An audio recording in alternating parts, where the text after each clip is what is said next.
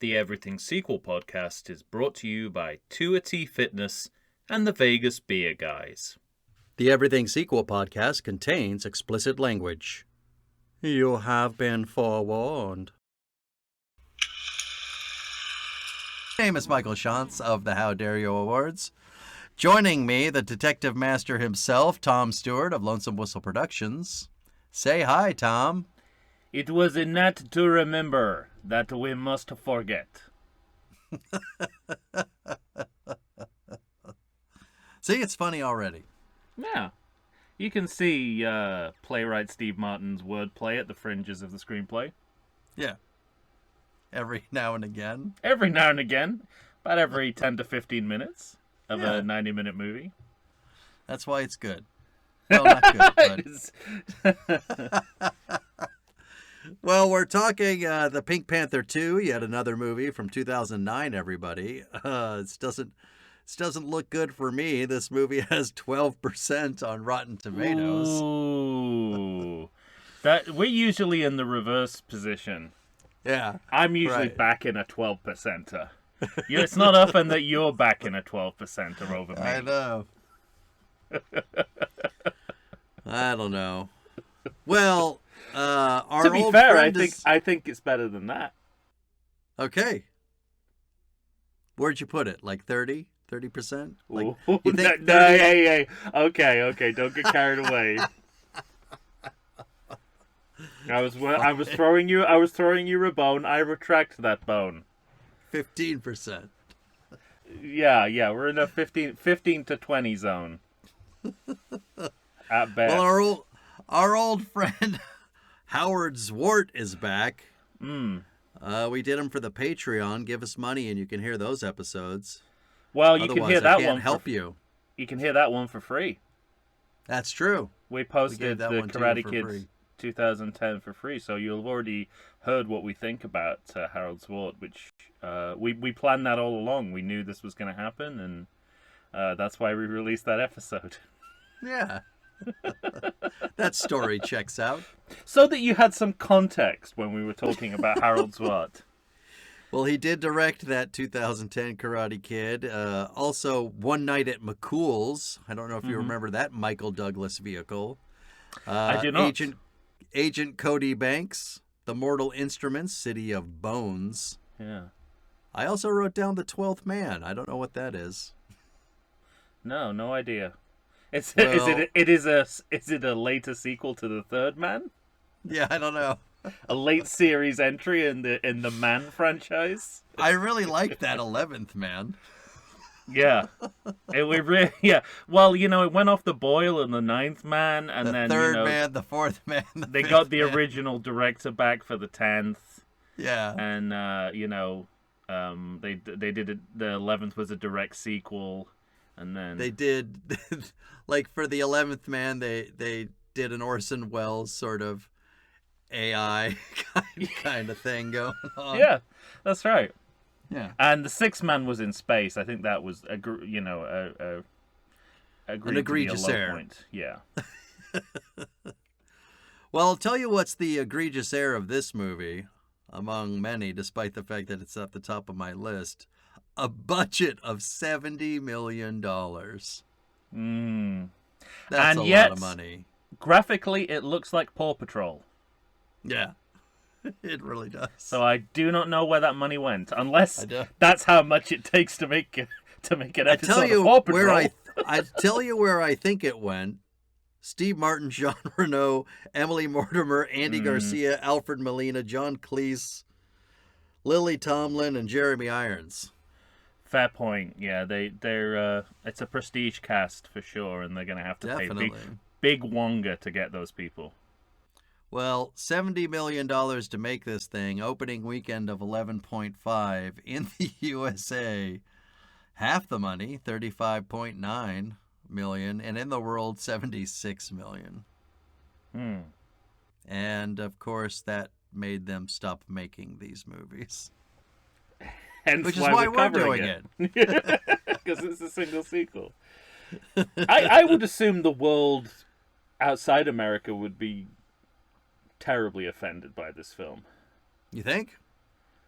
I mean, it caricatures pretty much everyone. every nation on Earth except your standard American. Mm-hmm. Well, there are no standard Americans in it, I suppose. By omission, they get off scot-free. I don't know. I think maybe the Black Berets are standard American. I have a lot of questions about what's going on there. Yeah. It's like this sort of mini Bond parody in the middle of a Pink Panther movie. In terms of accents, I have plenty of questions. Like, yeah, John Cleese is in charge of this French police force. He's clearly British, though. Yes, absolutely. We've got there's an early scene in the film with John Cleese and Jeffrey Palmer, two quintessentially British actors, both playing French characters without accents. And they're the first French people we see in the movie. That we meet, yeah. So they really set the tone. I got to tell you, though, like part of that for me was the ineptitude of this movie was part of its charm for me. It's not a kind charm. of laugh. It's not a I'm charming sorry, ineptitude. I think it's a little charming how stupid it is. It's a failure to live up to the material kind of ineptitude. I can't disagree. There's nothing charming about that. You go out and you have a terrible meal, you're not like, well, that was charming. Well, that was charmingly unpleasant. I now have diarrhea, which is delightful. Don't make me hit my door, all right? Okay, well, that's my job, apparently. It's too funny. Don't be too funny. That's right. You don't hear any of that because of Mike's Mixmaster Mike's sound editing skills, but he likens me to that one's gonna come through, or there's gonna be a space. Mike likens me to a chimp rattling about in a cage. Well, if the shoe fits. As I edit, I often ask myself, what the fuck is he doing in there?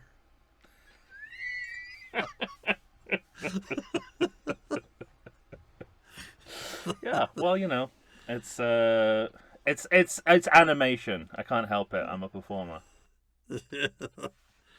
Well, this is a Columbia Pictures film. Yeah, you got I don't have much to say beyond that. We start with fake action movie satellites, is what my note says. What I have to say about the production logo side of things is that satellite establishing shot was what I thought was another production logo until I realized the movie had started. I thought there was going to be like whatever independent company put this together. Although apparently it is a massive studio picture with an immense budget, but it doesn't come across that way. And cast, yeah. And I don't have epilepsy, but I fear that these flash cuts of various global locations may well have left me with it. Induce it. I can't argue. Yeah. I also wrote, it's funny because you're going along for a little bit at the beginning of this movie, and then you realize all of a sudden that it's a cold open, but it's sort of like the coldest of cold opens because there's just people talking in offices and shit like that, We get some stereotypical Asian characters, which I watched this directly after Crank High Voltage, so apparently that gets a pass in 2009. Yeah, that's the thing. We didn't care at all about offending our Asian friends. Nope, not a bit. I mean, well, and that's remarkable given what. What do they steal there in Japan? A sword? Right? A sword. Just to make it. Just to make it extra stereotypical. Extra stereotypical, yeah. But given what Harold Swart does the following year in his, China pandering movie, did they just not get the memo that the Asian film market is basically your target now? Yeah. I mean, at this point, they were re-editing movies to make them palatable in China. I mean, it's a thing. Iron Man 3, I believe, has like whole scenes made just for the Chinese market, featuring a character called Doctor Wu who barely appears in the movie. Just last year, didn't John Cena have to apologize to the whole country of China? Well, didn't he say something about Taiwan, which didn't go over well? he recognized Taiwanese independence, I think. Yeah. Unless he did exactly the opposite, in which case I retract my statement. I just want to leave both possibilities on the table before I go out and research it.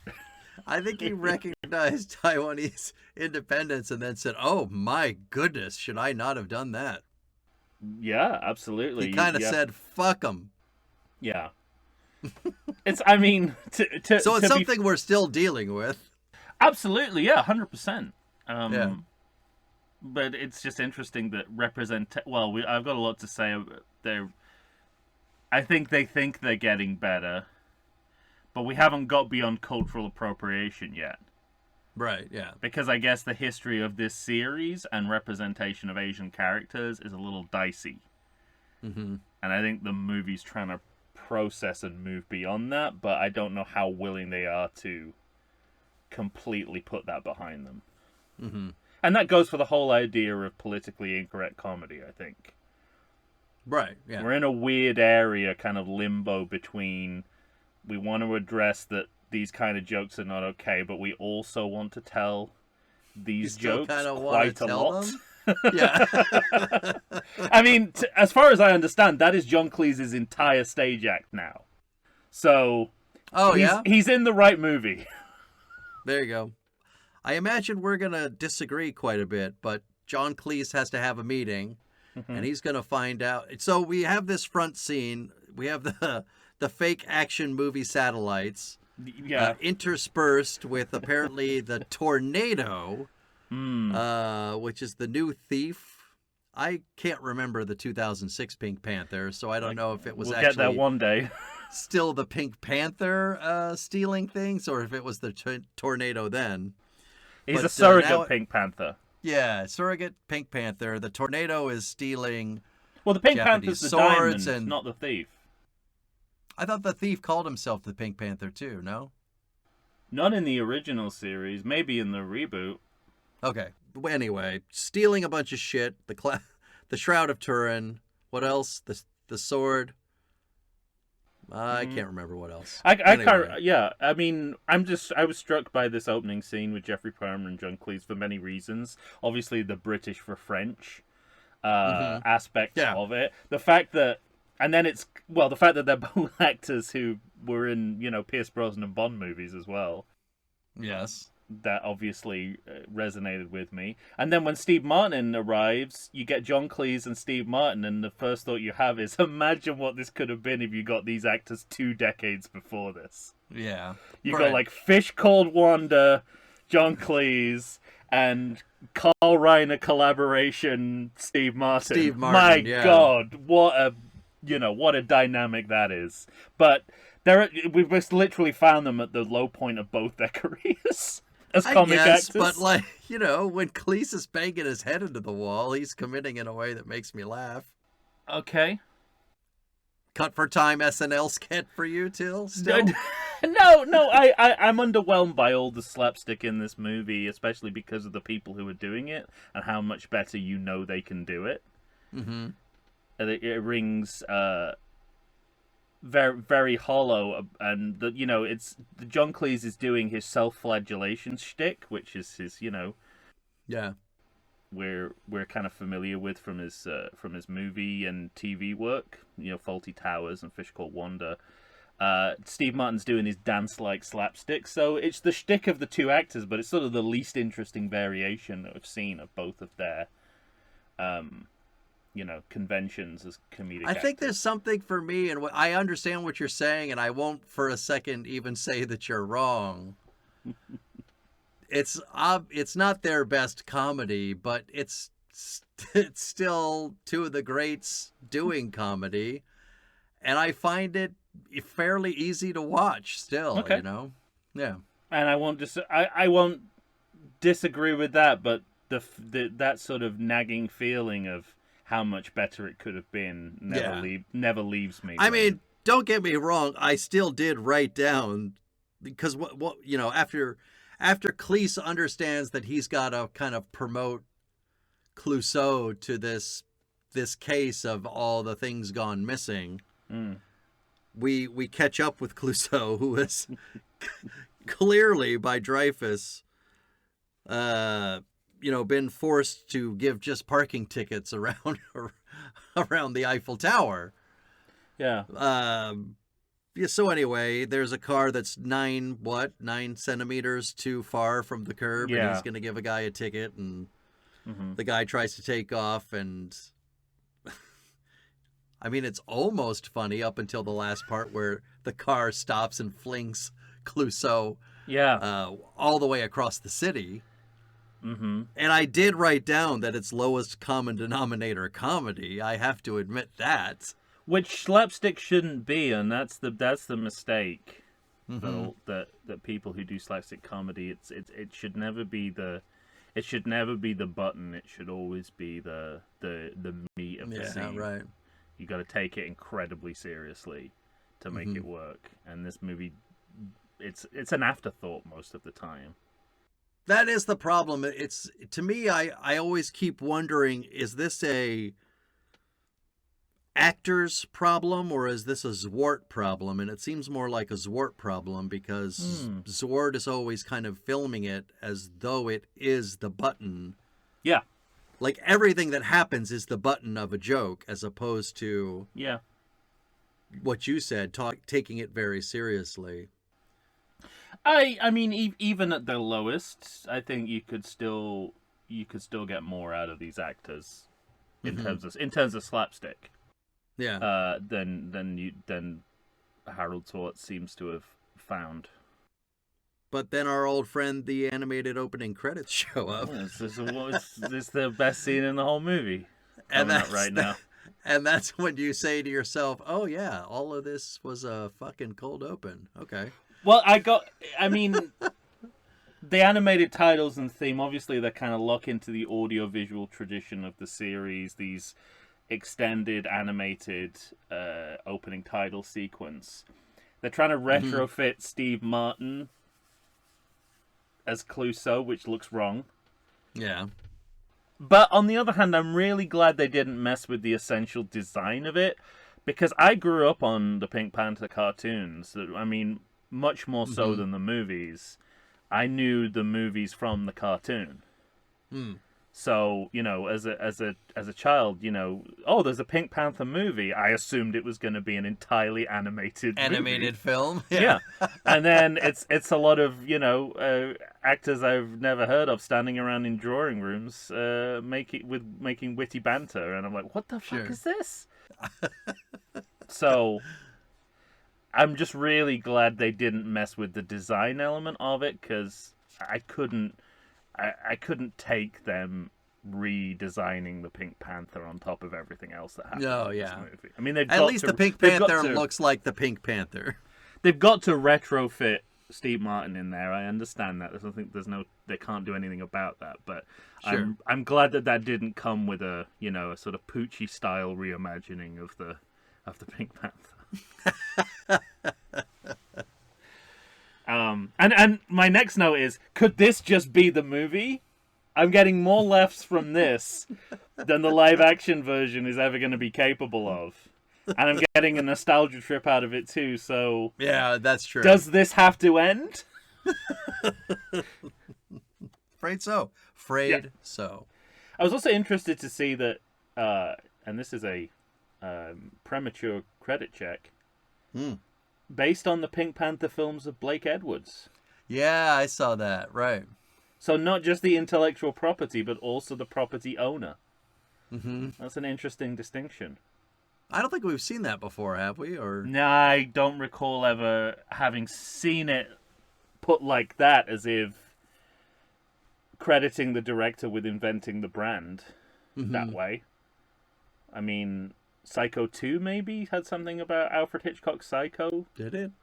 That would seem appropriate, but I mean, they're also just leeching off the prestige of They are, yeah, that's true. Of both names, because with Blake Edwards you can expand out to other films that he's done, like The Party, where Steve Peter Sellers is in brownface for the entirety of the movie. Yeah. Clouseau is going to report to Cleese. Sorry, it did make me laugh. He talks about the important parking tickets case he's been on. He says, I think it seems like he's been on this case for months. He announces he's given 4 tickets. I like that one of them has been given out to John Cleese, as he knows. He says, as you know, for the bent plate. I like just the idea of a small bend in a plate, and he gives his boss a ticket. The writing is not bad at all. The writing is not the problem in the movie. There's some good verbal comedy in here. However, Steve Martin, you spoke to this in our ranking episode about the miscasting of Steve Martin. I don't know whether I wholly agree with that, but you should. Peter Sellers' fake French accent was a work of art refined over several films. Like it wasn't just one kind of incarnation. It wasn't one incarnation. As the movies went on and they got more cartoonish, he raised his accent game so it was more caricatured. But Steve Martin just sounds like he's doing a fake Jamaican accent throughout the movie. It does. It sounds like a person who says at a party, I can do this accent. And somebody goes, let me hear it. Yeah. And then they give a shitty accent and they go, no, that's not it. You shouldn't do that. Yeah. You know? You're offending people you haven't even considered. Yeah, exactly. Would take offense at this. Yeah, I'm not getting much in the way of chemistry between Cleese and Martin either. I don't know that I'm like, yeah, I think you're right. I'm not getting exactly chemistry. I also kind of wonder if that's Zwart's problem, because you hardly ever see them in a shot together. It's always single shot, single shot, single shot, single shot. So that might have something to do with it as well, because you don't get to really see them play together. Right. I don't know. So I agree. Yeah, I think that's a big part of the problem. There might have been more there, or there might have been more that could have been there that's not being shown, but it's hard to say for sure. That's very true. The assembly is a big part of the problem here. Yeah. So we got this SWAT team. You're right. So he's got, what has he got? A pen from Radio Shack or something that finds bugs, and basically he starts throwing shit at cameras and tearing. It made me laugh when the scene opens and that John Cleese is just sort of standing in front of us, and behind him they're setting up that portrait, oil painting of him looking quite debonair and boss-like behind himself. Doesn't he play a living painting in Harry Potter? He plays a ghost in Harry Potter. Is it a ghost in a painting? No. Okay. There are ghosts in paintings. Or just paintings that I'm already move. bored. It's already out. I've tapped out. I knew I could get you to stop caring in record time. It was just like, your face fused. Was awash in disinterest so quickly. Oh my God. Anyway, so yeah, he starts tearing shit out of the walls, and that brings in the Black Berets. But there's this one point where the Black Berets are about to shoot everybody, and unless they get the code word, which is hamburger. And for some reason, the only person that knows is Steve Martin, and of course he's saying hamburger. And I noticed that all the Black Berets said, "All right then, thank you very much," and then they leave. But they all sounded so clearly American to me. Didn't sound French, didn't sound British. It sounded like a bunch of American guys. And this is where you wonder what the difference is, because if you go back to this original series and any of those kind of cosmopolitan 60s caper movies, there was a lot of mid-Atlanticism. There was a lot of, not playing you're playing characters who come from particular countries, but not doing them with the accents. So I'm trying to why is it more bothersome here? But it really is. You didn't even notice that one though. Apparently, which one? The Black Berets. Well, yeah. I mean, that they're in the movie long, but no. But they're also they're going for a Bond vibe. I think at this point, right down to the conspicuous. Of course, you think they're going for a Bond vibe. Right down to the conspicuous, product placement. It's like Sony products, Radio Shack, eBay. We need a BMW and a. The one thing that they do Omega watch or whatever the hell he wears. And most of it's sub Johnny English, but the Bond pastiche they do that's very good, and I suspect this is I'd stake money on it coming from Steve Martin's pen, is the reverse pen gadget. Yeah, right. The tape recorder. The tape recorder that also works as a pen. That seems like a Steve Martin comic idea. Right. And it's a nice inversion on the whole sort of, pen that does other things from the Bond. And that's kind of the button for the scene, right? Yeah. And it's, and they have a nice little prop to back it up. That's a good moment in the movie. It's doing something. It's like, I'll take it. It's doing something with the conventions, the genre or conventions, yeah. And so the Pink Panther diamond. It's interesting comparing this to the original series, because the Pink Panther diamond doesn't play a part in Shut in the Dark, and then when they essentially reboot the series in the 70s.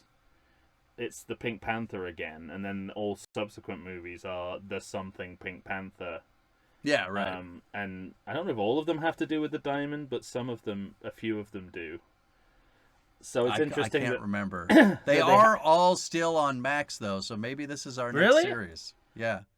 Oh, well, if that's the case, then I'm game. Excellent. Now, next thing I have, because.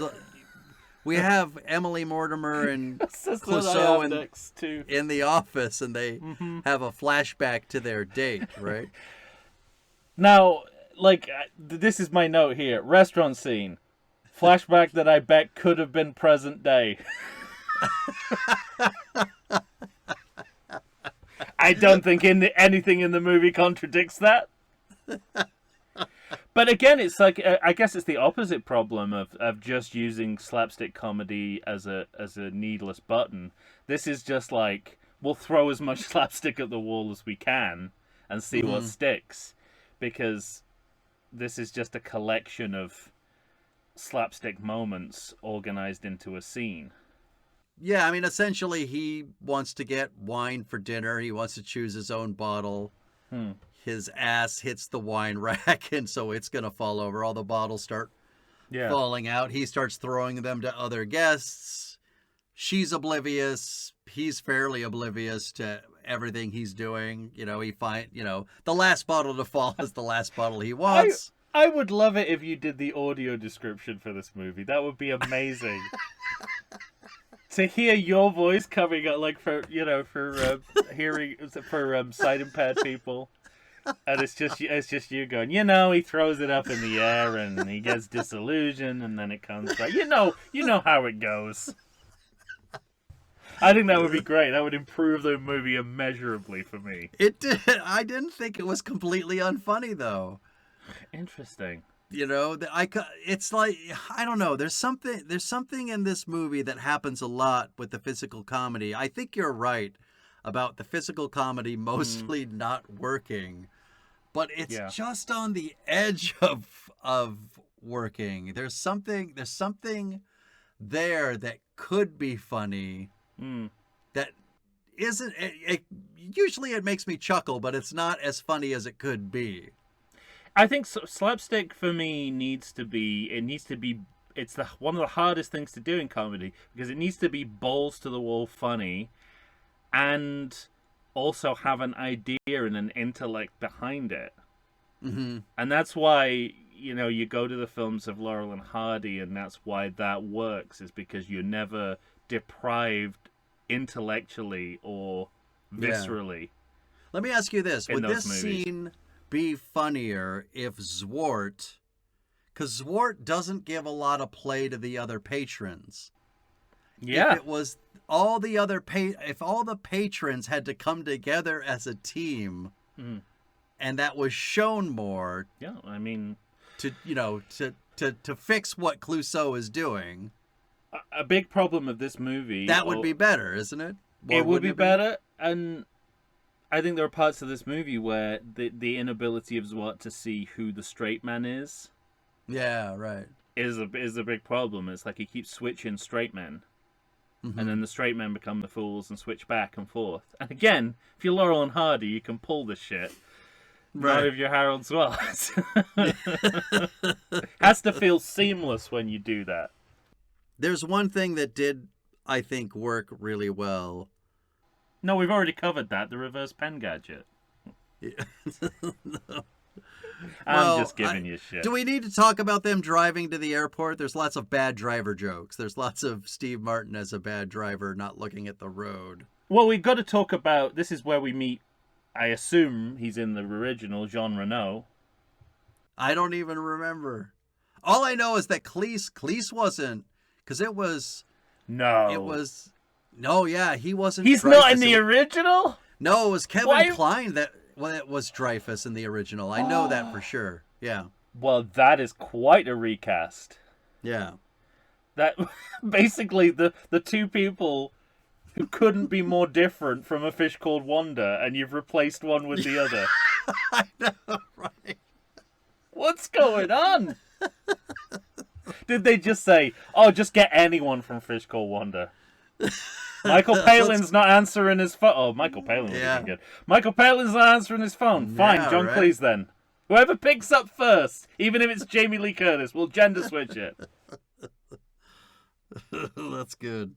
Well, so I just wanted to address Jean Reno because when you see him and you remember what a real Frenchman looks like, Yeah, it right. really puts those British to French actors into perspective. Into perspective, it does. Very much so. You're like, It French! It makes them look out of place, doesn't it? They're so extra white. They look like a different species compared to him. Yes, It's not just a you're different right. race. But it also reminds me, like setting this in the modern day, I guess they have to do that, but you ripping the movie from its kind of mid-century 1960s glamour, and when you see them in the smart car and how grubby Charles de Gaulle Airport looks, it's like, well, no wonder you're not able to recapture the 60s glamour because it's not the 60s anymore. Yeah, right. It's like France looks like France looks grubby now. Like that grubbiness is part of what we both celebrate and loathe about France, Right. but it's not, it's not the Paris of the Pink Panther, or it's not the France of the of the 60s caper movie. No, yeah. Anymore. And I don't think that's really been accounted for. But there's a button on the airport scene that really makes me laugh because he, Cleese is going to put him on the case of the Dream Team, as it's being called, to solve the crimes of the tornado, and he just wants to protect the Pink Panther diamond. And, well, first he tells Jean Reno he's very sorry he can't satisfy his wife. Mm-hmm. And then he says, okay, I'm leaving France. And he takes one step over the line, and the next, right behind him, a news report is announcing the Pink Panther is stolen. That's a good bit. That's funny. It's a good bait and switch with the border crossing fake out. It makes you think it's going to be a globe-trotting sequel, and then it inverts it. Yeah. Except it eventually becomes a globe-trotting sequel, so Yeah, it would it have does been a do that, stronger. yeah. It would have been a stronger bit if they never left France after this. Yeah, you're But probably right. in the moment, it's a really good bit. And I love that in between, just before that, when they're at passport control, they do a stamp gag, which is the film pulling from the very best of physical comedy, the librarian scene from Indiana Jones and the Last Crusade. I know. That's where you want to go for your slapstick. A movie that fails at slapstick. Except when Sean Connery is involved. Yeah. All right, why don't we take a break? Yeah, let's do it, and we'll introduce the Dream Team. Yeah, because we're about to meet the Dream Team, so... The Dream Team will introduce the Dream Team. The Dream Team, exactly. Do two people count as a team? I guess they're always going to be... When it's you and me. And whatever it is I'm doing in this closet that annoys you when you're editing. Whoever else is in here. That I'm trying to keep a lid on. I think I'm having a knife fight with a raccoon. Hey, listen, I don't want to derail us, but I got to tell you this. This is just because you mentioned raccoons. Okay. Shortly around kind of Christmas, New Year time, I was picking up my son outside my apartment building, and I went out onto the street and I saw a raccoon, which I haven't kind of seen in the flesh before. And I was just like, it was like, looked like it was kind of walking over to me, so obviously I ushered it forward. It's like, hey, come over here, this wild rabid animal. But it wasn't coming for me. It went up into the tree outside my apartment and started fighting with another raccoon in the tree. Oh. So there was two raccoons going at it, and the tree was shaking like it was a Looney Tunes cartoon. These two raccoons fighting each other. And then, my son got dropped off, and the door opened to say to everyone in the car, "Don't come out just now. There are two raccoons fighting in that tree." And then they looked over, and the tree is swinging violently, like the singing bush from the Three Amigos. So, anyway, that's great. That's my raccoon story. You two trash pandas, quit fucking around. They really, I mean, they're massive, and they were really going at it. Oogie, have you been sitting on your couch for weeks? Nay, have you been sitting on there for months? Well, it's time for you to get back in shape. Check out 2AT Fitness. You can find them on Instagram. You can find them on Facebook. 2AT Fitness was started by Tina Bernard.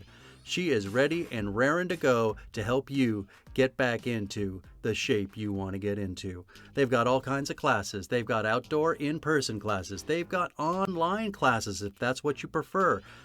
Ladies and gentlemen, it's time to get back in shape. You're going to find a variety of exercises. You're going to have strength training, cardio, weightlifting, even fun 5-minute burnouts that will push you to your limits. So get off the couch, get into shape. Go ahead and check out 2AT Fitness. Tina Bernard has got you for all your needs. I know her personally. She's fantastic. You're not going to meet a better person to help you become the new you. Check it out. And we're back, ladies and gentlemen. Tom and I are here. What were we going to do when we came back? Tell more raccoon anecdotes? Yeah, raccoons. Oh, well, we're introducing the Dream Team. The Dream Team, Lily Tomlin, we got people to meet. Yeah. Don't we have a deduction off between Clouseau and Alfred Molina? Mm-hmm. And I'd say that's genuinely funny. Yeah. Well performed. And I like the twist on the idea of the Sherlock Holmes back and forth. Yeah, right. Exactly. That's never been done as a face-off before, as far as I know. I couldn't think of one either, yeah. You don't see... You know, in the new incarnation of Sherlock Holmes, you don't ever see Jude Law get into I think it was this. They played around with it. There's a TV movie from the 90s starring the guy who played Moriarty in Young Sherlock Holmes, playing Sherlock Holmes, where he was frozen for 100 years and is reanimated in present day San Francisco. Sounds great so far, I know, but but they have a great scene of him coming into the police officer's going into police officer's desk and going through all the items on the desk and saying what that tells him about this guy, and he gets it all wrong because he's got no cultural knowledge, so he misses everything. Right. So I have seen plays on this before, but I thought this one was a nice variation. All right. Well, me too. Put that a tick in the column, baby.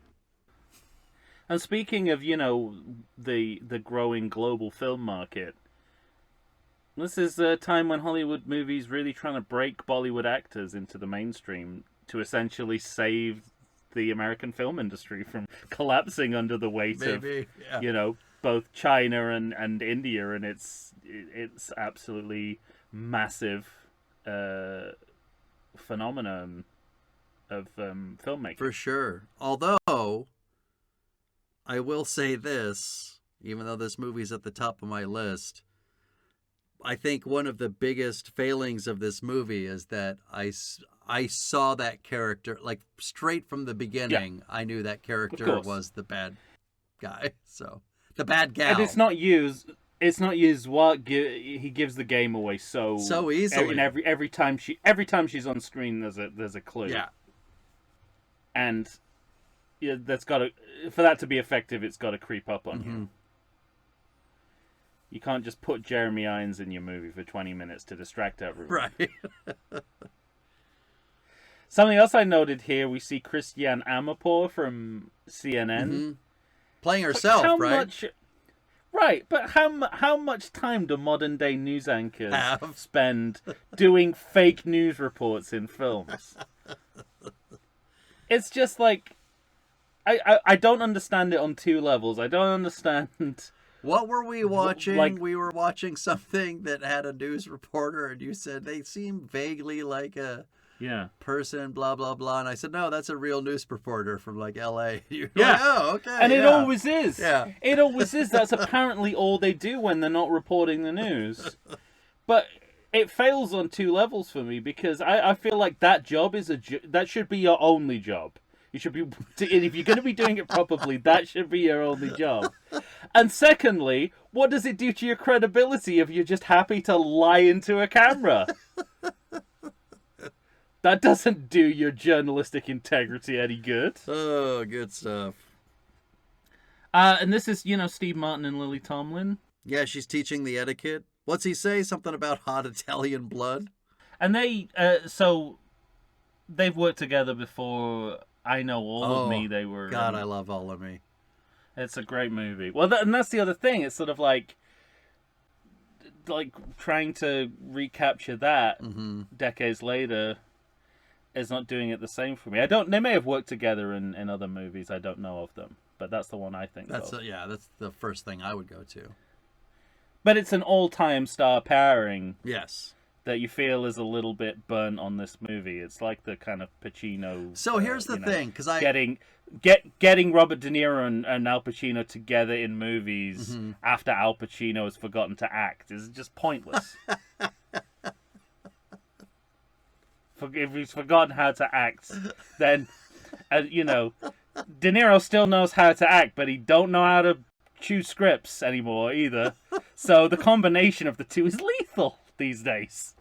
All right, let's not get onto the list of other people that are going on your growing enemies list, okay? I will die on the hill of Al Pacino has forgotten how to act.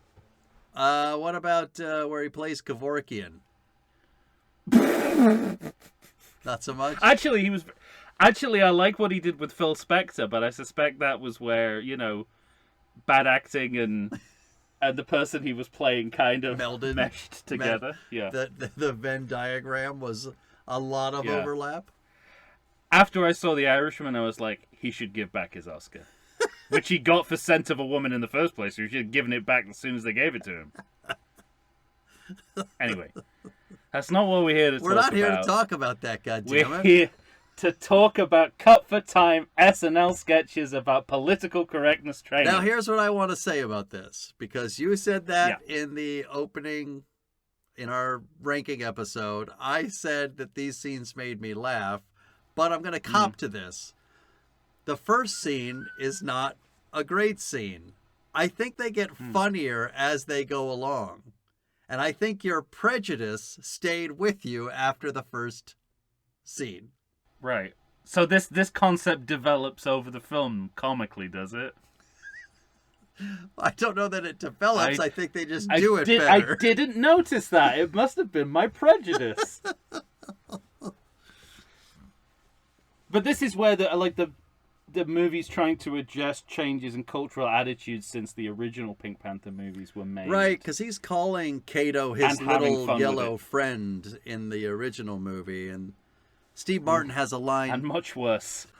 Steve Martin has a line about sushi, right? Yeah. In this movie. Well, it's you're in that position but where... what I do like is I like that they're trying to it's not great that they're keeping those same jokes, but it is great that they're pulling Clouseau in and saying, hey, you can't fucking do that shit anymore. Like, I like that update.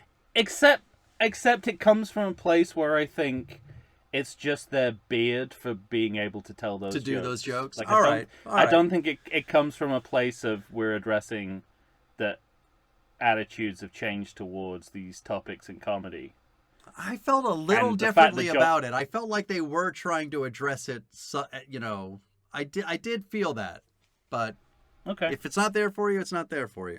Well, and a lot of it is about execution. I mean, the SNL sketch comparison is not just, it's also about style, because it has that broadness of not having been thought through. Well, all of this movie has that, though. And never having rehearsal. Yeah. So, but all of this movie has that feel of the broadness and the lack of rehearsal. Right, but I think part of that has to do with who's cast in the movie. I think they all thought that, hey, we can just get in there and do this and be great. I kind of resent the use of Clouseau as a politically incorrect dinosaur. I think that's a misuse of the character. I think if that's all that's left for you to do with him, you might as well not do anything. Up. If that's the best you can think to give him at this point. Because why though? Why? Because it's not an interesting color on the character. Mm-hmm. And if you feel you need to do that, it's probably time to stop using him in films.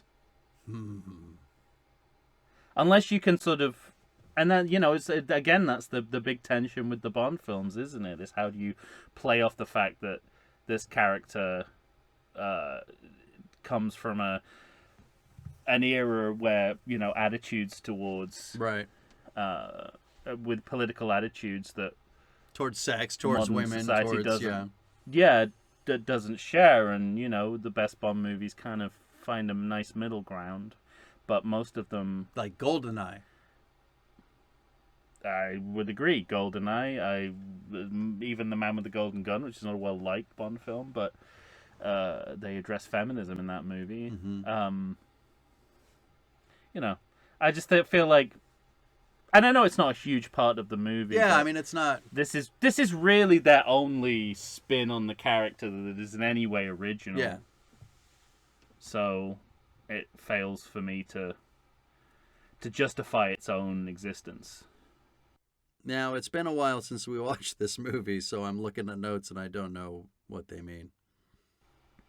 Basically, the next note that I understand is they are looking for the Tornado's fence, who they think is Jeremy Irons. Okay.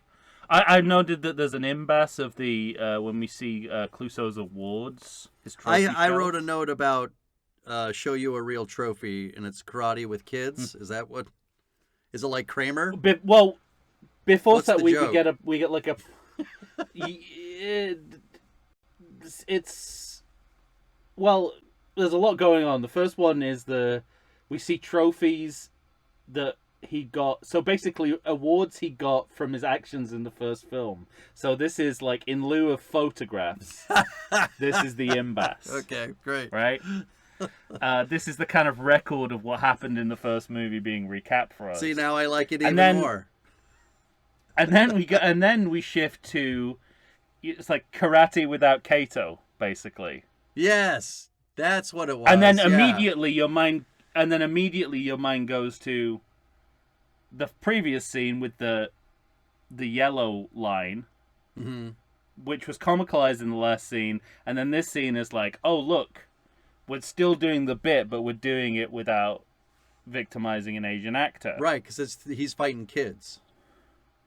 Right, but it's still cultural appropriation, so we've not really kind of gone anywhere.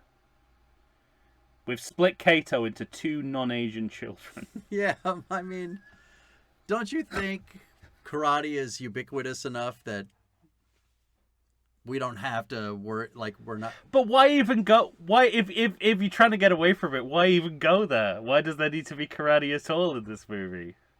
I mean, you might be right. I think it's more has to do more with what remakes feel like they have to do.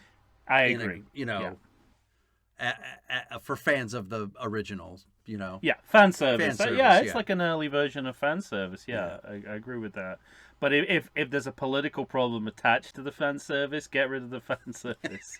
Let's see the Panther again. Let's have that Panther pop up in the middle of the movie. Imagine how good that would be. So there's like a little intermission that's just a Pink Panther cartoon. Just the cartoon.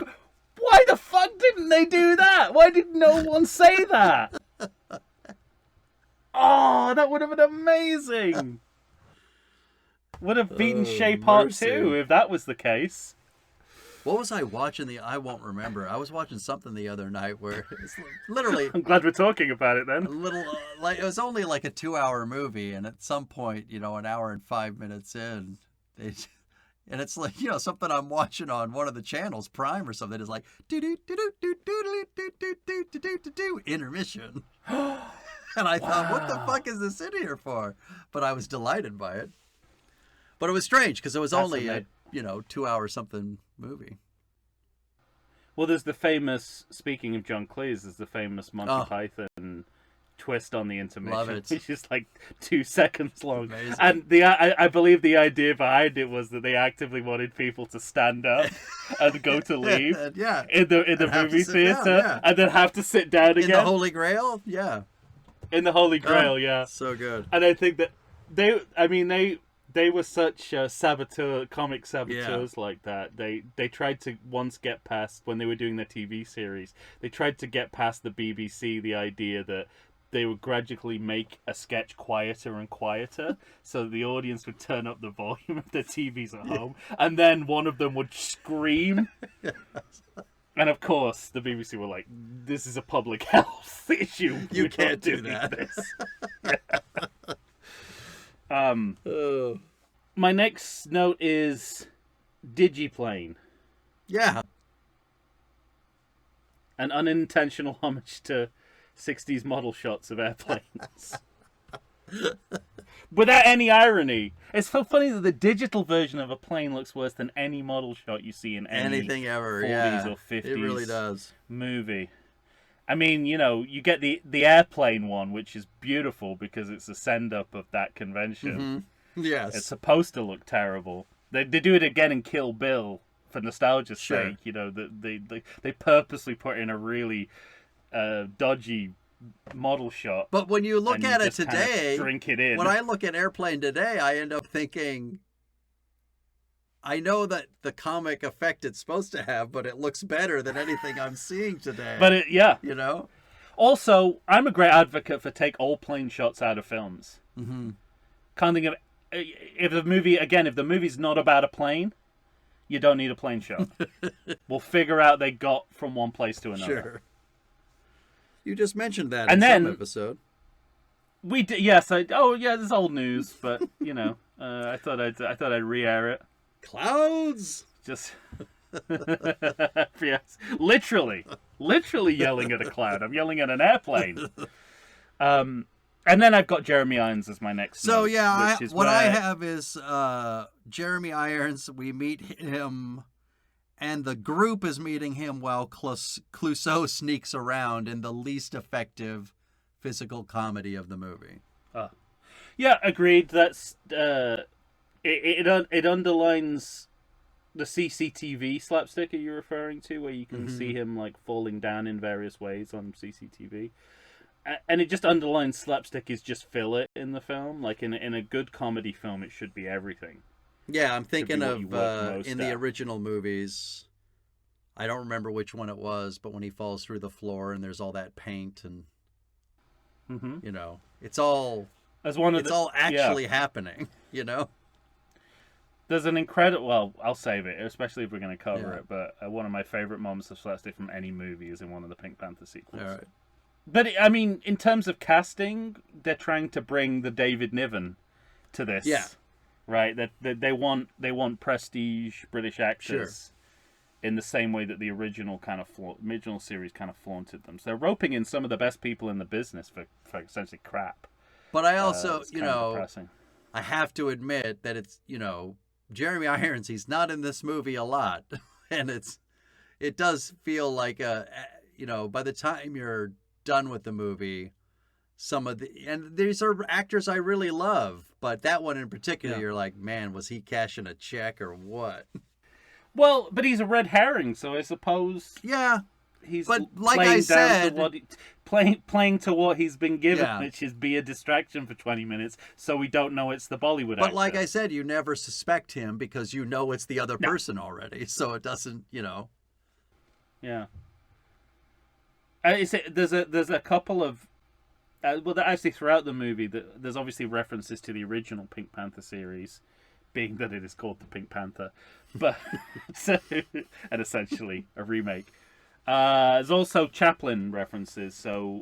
And you get in this scene we get the globe running scene where he's and so there's in Shot in the Dark there's the famous moment where Peter Sellers gets spins the globe trying to look cool and then gets his hand stuck inside it.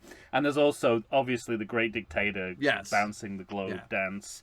And I think both are there's an interesting interplay going here where Steve Martin is sort of cycling back to Chaplin, so like, and kind of skipping over Peter Sellers and Stan Laurel on the way. Well, the thing that who both who kind of so Chaplin, Stan Laurel was a Chaplin imitator. That's how he started out his life, and then Peter Sellers imitates Stan Laurel in being there. And now Steve Martin's going back to Chaplin, who has informed all this comedy. Right. It's interesting. But what's interesting to me, too, is that the tone of this movie and the tone of the performances and the tone also especially of the directing are such that I don't know that everything that you're saying would be falling on the audience that would see it.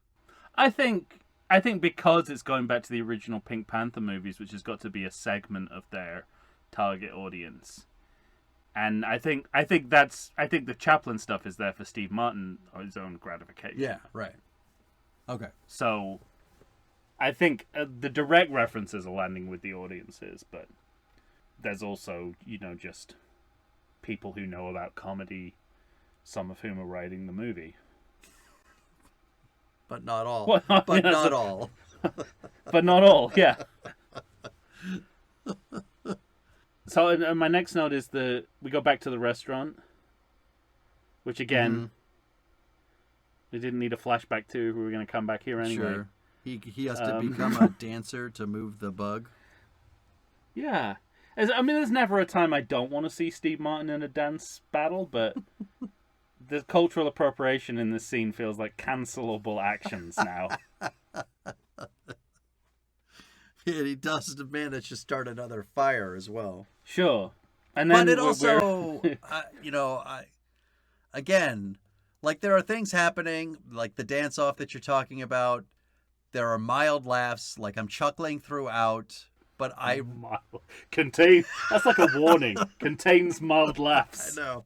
I don't want to sell it too hard. Like, I realize that this is at the top of my list, but it's not a great movie. Like, I understand In defense of the movie, there are mild laughs. Mild laughs throughout.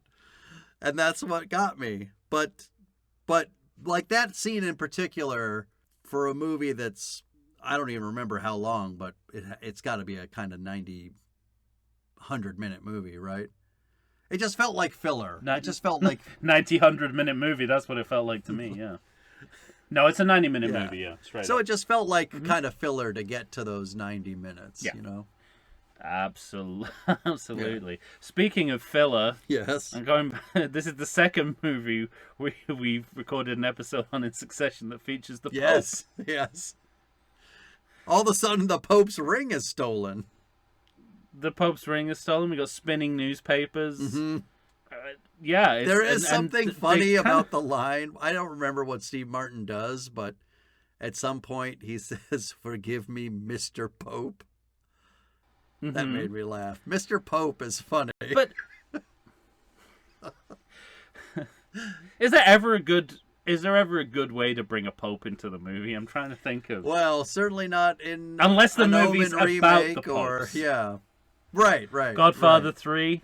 Yes, right. You know, it's not a good track record, to say the least. No, it really isn't. The Pope's Exorcist. It's kind of that might be the best out of all of them. Is the Pope in the Pope's Exorcist, or is he like Charlie in Charlie's Angels? I don't remember. I've never seen. Does he have like a Bosley who's because there is a guy that Russell Crowe keeps talking to. I saw it after they talked about it on How Did This Get Made. I'm like, I got to see this fucking movie. So I watched it back. Yeah, that is a How Dare You movie, isn't it? So I watched it back in October, and it was every bit as much fun as that they had. Riding around on his fucking moped everywhere. And then the best part was that it ends essentially saying, hey, we could have like 120 more of these, which is hysterical. Wow. That's definitely addressing your sequel potential. Yeah. It's interesting. I feel like that where this movie is kind of stuck in the 60s is all the kind of Python-esque stuff they're doing in these scenes where they're just like, you're supposed to find it funny laughing at sacred institutions. Yeah. And of course, when Python did that in the 60s, when they were mocking the sacred institutions of Britain, religion, politics, government, it was shocking because no one had done it before. But this is 2009, so it's all we're doing now. There have been like Robbie Coltrane vehicles about the Pope, Nuns on the Run. I mean, we don't. This kind of comedy, I don't think it has the impact that it would have done in the 60s. No, but I don't even know that's what they're going for. Oh, when he's coming out and addressing the crowd, and they're blowing up the Pope's hat. I think it's more. I think there's a sense of let's mock this sacred figure. In that coming out on the balcony scene, I literally think I don't think Zwart gets that. I think Zwart just wants to show the physical comedy of Steve Martin. That's falling a little flat, honestly. Yeah, maybe, but I do think there's an attempt to kind of take down a sacred cow, which is what comedy does. But it's a cow that ain't that sacred anymore, especially in 2009. If that's what they're going for, then not the best idea. But it's funny you say that because I mean, so are you saying no movie should do that ever? Is there nothing sacred enough to take down? I just think that. That kind of comedy has an impact in a cultural context. Because culturally, the only thing sacred now is like the Kardashians. Well, no, I think I some of it cycles back, right? Some of it is like talking about abortion now in a network sitcom would be subversive, but in the 70s it was just, society history moving on. And now we've gone back to a state where, no respectable network's going to have abortion feature in the show. So some of it is cyclical with that, and other times, there's kind of that, there's new taboos that kind of pop up here and there, and things that are sacrosanct. I mean, we were talking about one before we got on air. Larry David throttling Elmo on the Today Show. I mean, that's its own kind of. Great. taboo of this kind of puppet who's trying to spread joy, and there's this this fucking 80-year-old man shaking it to death. That's what comedy does and should do. I like that. All right, why don't we take thing about beer?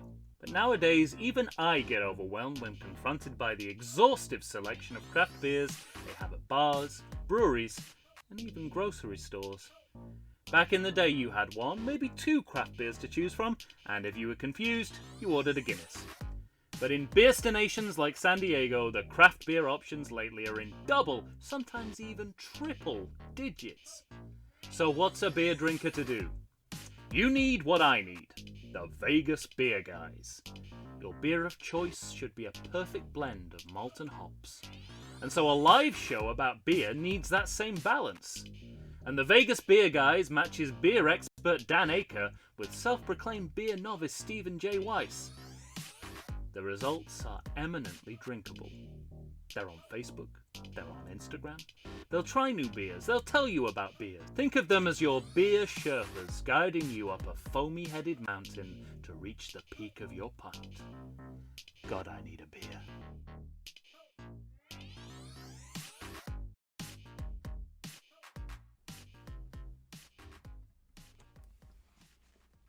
And we're back. Tom and I are here, finishing up with the Pink Panther 2, yet another 2009 film. All right, Tom, we're almost done with this movie. So, probably the fewest notes I've ever taken. Yeah, me too. Is there a race yet? Do you still feel confident in your Halloween 2 assertion? No, but I never truly felt confident in it. You think you'll stand pat, though? Well, we'll have to see. We'll find out in our pitch a sequel episode. All right, fine. So I've got to take the entire series into account if I'm going to adjust. Very good then. Where are we? I know because he attacks the kids again. Like there's a second. Yeah. That's when I realized. Okay, so the kids are Kato. Like Jean Reno is not Kato. The kids are Kato. And Jean Reno is his counterpart from the original, I think. Yeah. And then he has to go see Lily Tomlin again. Right, and she gives him a Rorschach test. Yes. Which is another kind of, in the recurring SNL sketch of the political correctness. I don't think it's that bad. I'm not saying it's bad. I'm just saying it's lazy.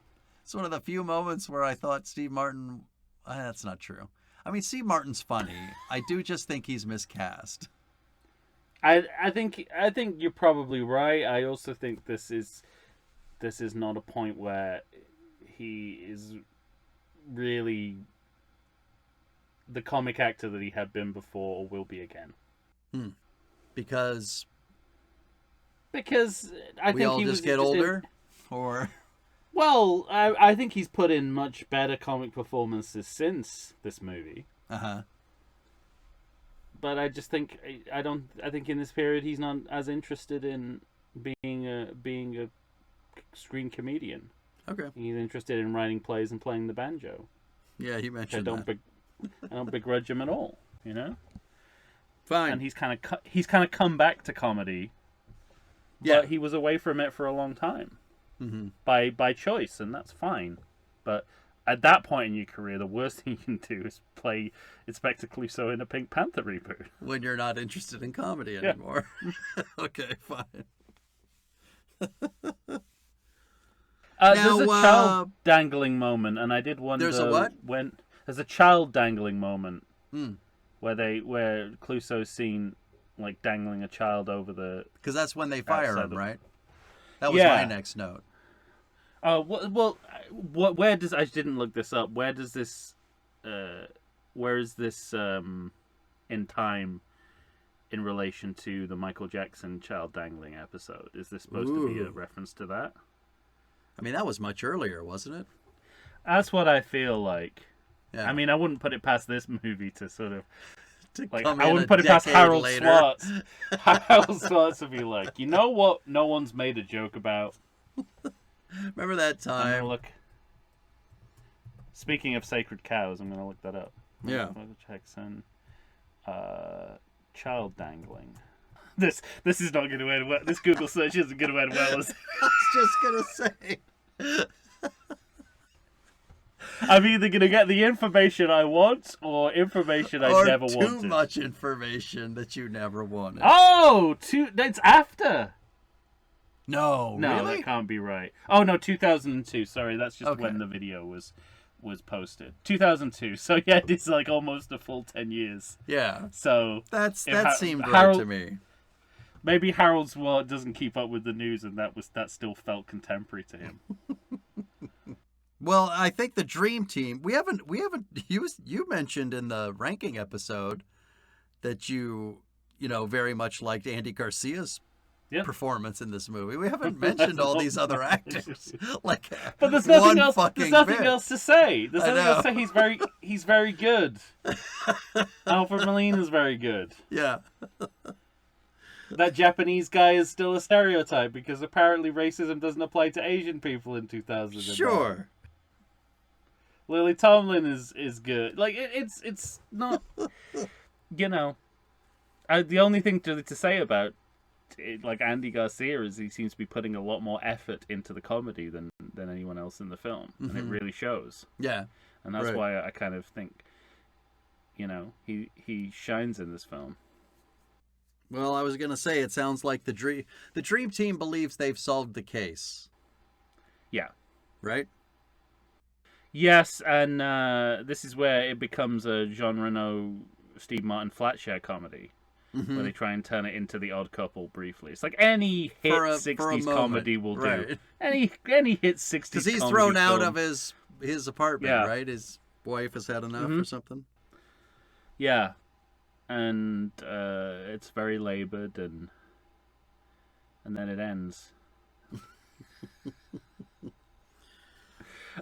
The next note I have is go on. Yeah. No, you go ahead. I was gonna. Well, no. I'm looking at my next note. I'm like, there's probably quite a lot happened in between those two. That's notes. What I thought. That's what I thought about my note because the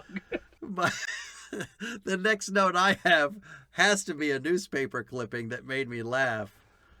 Oh. Because it says entire nation loses panache. Oh. And I figured. That's good. That's funny. Yeah. Yeah, that's funny. And I figured that had to do with them fucking up. Well, Clouseau fucking up, maybe by dangling the kid, or I didn't know if it was them fucking up the case that Clouseau had to come back and figure out for them. I don't know. No, I think. Well, my next note is. What was yours? What was your next note? The beginning of the. As like a reception for the Dream Team, or what is the event? Oh, it's like we're putting the Pink Panther back in the museum. Yeah, I think so. Yeah, reception, and there's a good old school wife joke from John Cleese. That's what I wrote. Yeah, yeah. He says to the bouncer, "Do you recognize Mrs. Dreyfus?" And he says yes, and he says, "Well, tell me if you see her." And goes in with this glamorous woman on his arm. Right, yeah. And it's interesting because John Cleese at his best is his own character assassin. Like, this is something he's done throughout his career. Like, he's always talked about his divorces and his affairs. Right, yeah. And there's a great clip of Stephen Fry and Hugh Laurie in one of the kind of comic relief style charity events, and they bring in this great sort of early iteration of meta comedy. They bring John Cleese on stage and they're there to sort of honor him, and it gradually turns into them sort of saying, and then your wife wrote your sitcom and now you've divorced her, so that's it. And then John Cleese is feigning this look of shock on his face. And on some documentary I've seen Stephen Fry watching that and going, well, he really was game, wasn't he? I mean, look at us, these two young upstarts insulting him to his face, and he's taking it not only like a pro, but making a great comic moment out of it. Making a great bit out of it, yeah. That's awesome. Because, didn't he named one of his tours, trying to pay off the divorce? Yeah, I remember that. I remember that one, yeah. So this is like like it's really near the knuckle because this joke is essentially about him, cheating on his wife. Being a rogue, yeah, like being an ass. Autobiographically, yeah, he has a lot of experience of. Yeah, I definitely was skipping far and wide towards the end here because I start getting back to how Clouseau knew and... Well, it's sort of, they're trying to... The love triangle, the mystery storyline, and the Clouseau character arc are all drawing to this predictable third act closure. We've had these 3 strands in the film. I wrote down Clouseau figures out what I did at minute 11. Yeah. It's all drawing to this one set piece, right, as badly constructed movies do. Unless they're made by Alfred Hitchcock, in which case, they can, like The Man Who Knew Too Much, they can get away with it. Sure. I thought the dinner party parlor game was a fun way to do the mystery reveal. Yeah, it felt Agatha Christie. But it was a wrinkle to that whodunit formula because they're all talking to each other as if, well, if we play out that possibility and let's pretend that she's the, and then they gradually realize that. I thought that was like the Sherlock Holmes riff earlier. That was another nice one that I suspect comes from Steve Martin's pen again. I agree. Yeah, and even the sort of basic getting up after the stuntman bits, that the Naked Gun parodies that we see in the kitchen scenes, right, works fairly well in broad comedies like this. Mm-hmm. I think it's the best.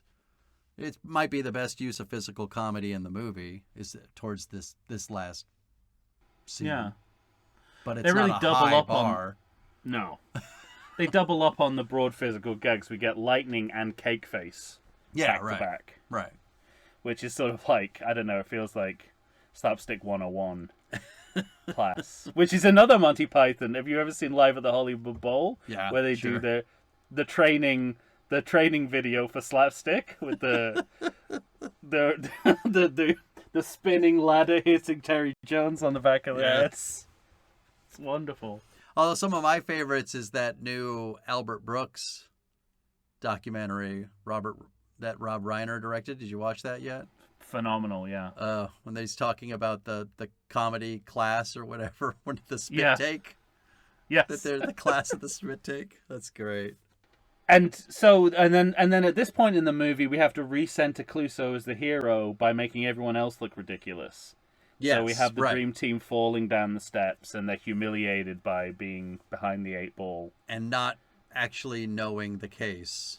And that Clouseau is figured out, So there's a kind of recentering of Clouseau of the hero, and again, I'll have to go back. It's a long time since I've seen the Pink Panther movies, but me too. I think they did that a little more subtly in the original movies, and then sort of double backed on themselves, where it wasn't so pointed that Clouseau saves the day.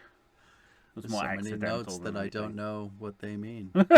Well, just read them, and we'll see. See if it. Well, this one I remember. I mean, I remember Alfred Molina saying something about if he's wrong in the case, he'd wear a tutu, and so they get him in a tutu. But and that's what my next note. The wedding ending. It's callbacks galore. Yeah.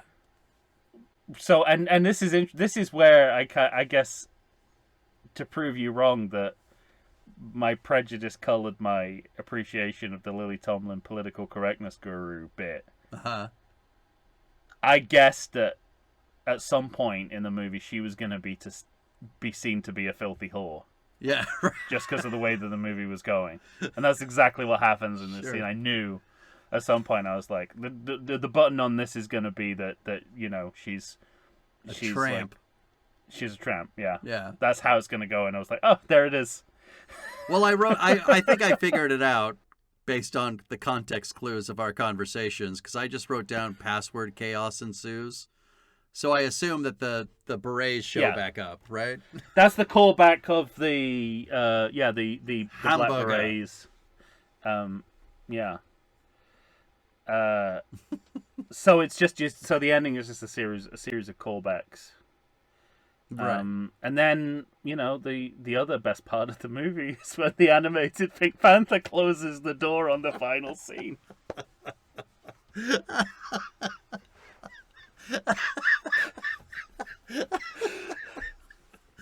Goodbye. It's literally like, say goodbye to all this shit. And again, I never said it was good. And again, I'm just so glad they didn't mess with that. I'm glad that they brought that back for the ending as well. Yeah, the Pink Panther. Yeah, the Pink Panther looks like the Pink Panther. Yeah, and it's for someone who's not getting on with the movie, you really need that. All you needed was one more intermission type animated scene for yourself. Wouldn't that be something? This might be at the top of your list. Wouldn't that be something? I mean, any last thoughts, notes about the film? I don't think so. No, I've still got a credit check. I mean, yeah, of course. As we're talking about it, I still keep thinking, look, I haven't pulled any punches. I didn't say this was a good movie. No, but as we're talking about it, I'm remembering plenty of laughs that I had throughout it, and I think that's what brought it to the top for me. Yeah, there are laughs there. Yeah, certainly in the screenplay. Yeah. All right, credit check me. Well, they had to get special permission to use an animated version of Clouseau in the Pink Panther. Whatever they paid, worth every penny, as far as I'm concerned. Clearly.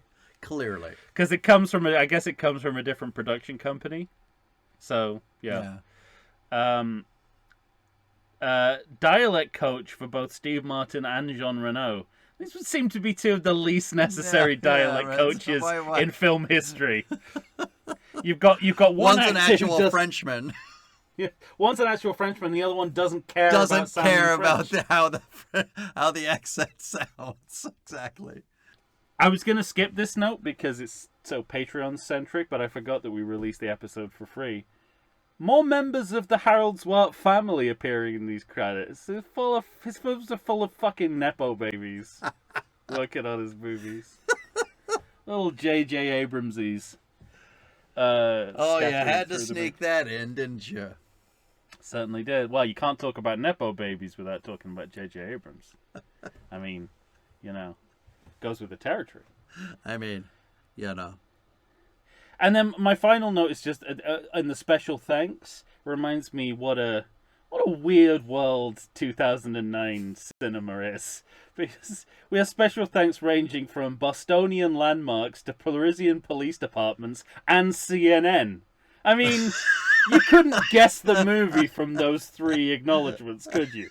No, never. You're like, if you tried to do a Johnny Carson, psychic reversal of that, you would never get what that was.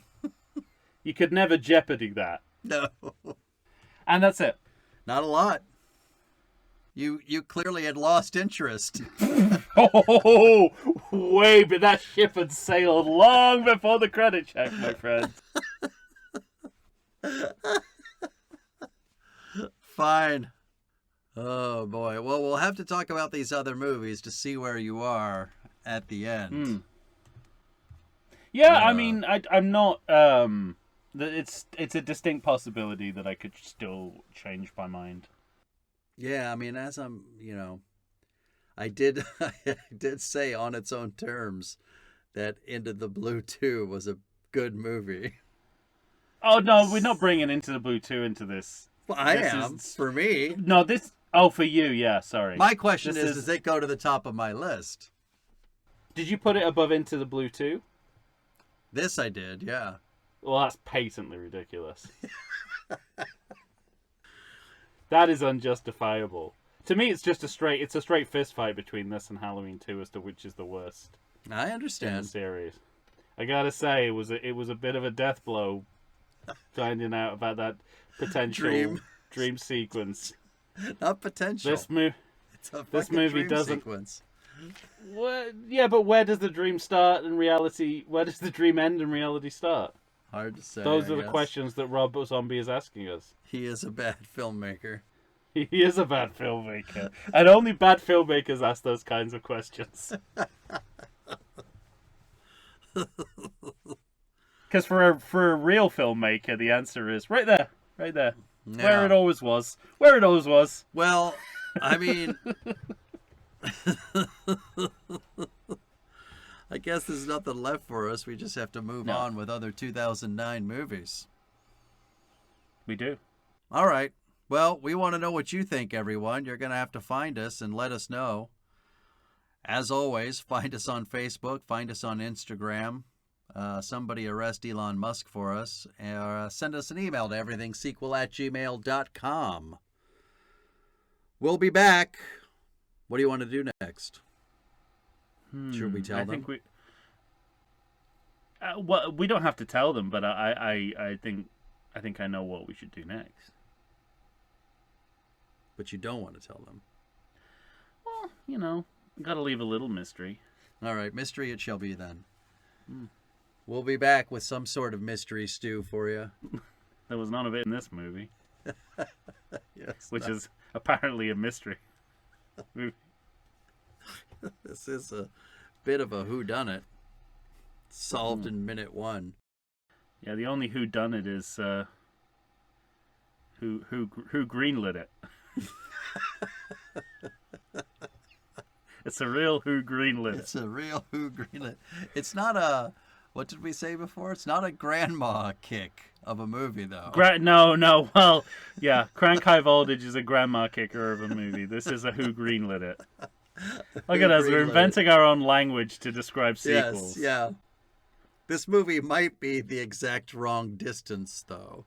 Which I think is the other thing we talked about. The exact wrong distance from comedy. That is it. Yeah, I was just going to say that the exact wrong distance from the joke.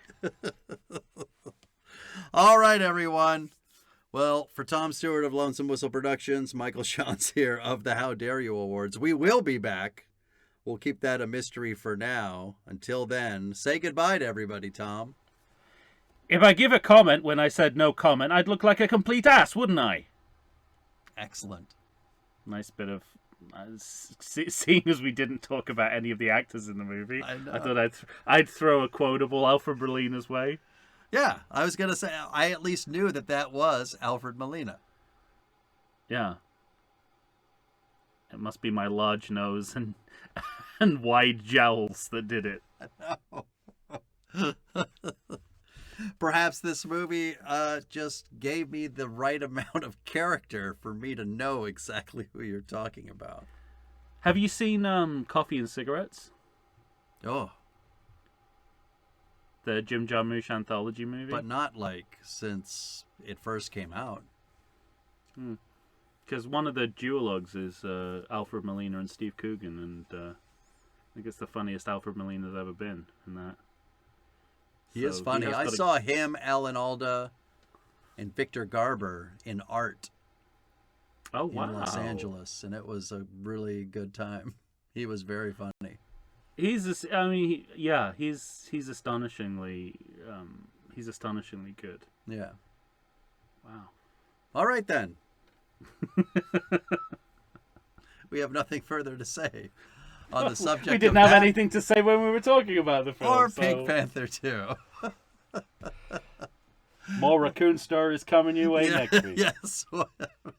We'll see what's in Tom's tree next week, everybody. The raccoons. Did you ever watch that show?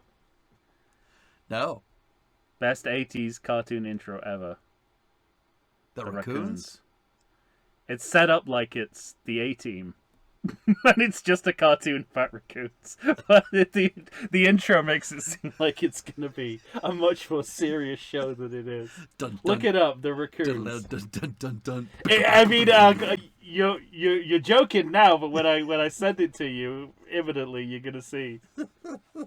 The 80s had a way of doing title sequences, and it didn't matter what the show was. Yeah, bullets into the A-Team.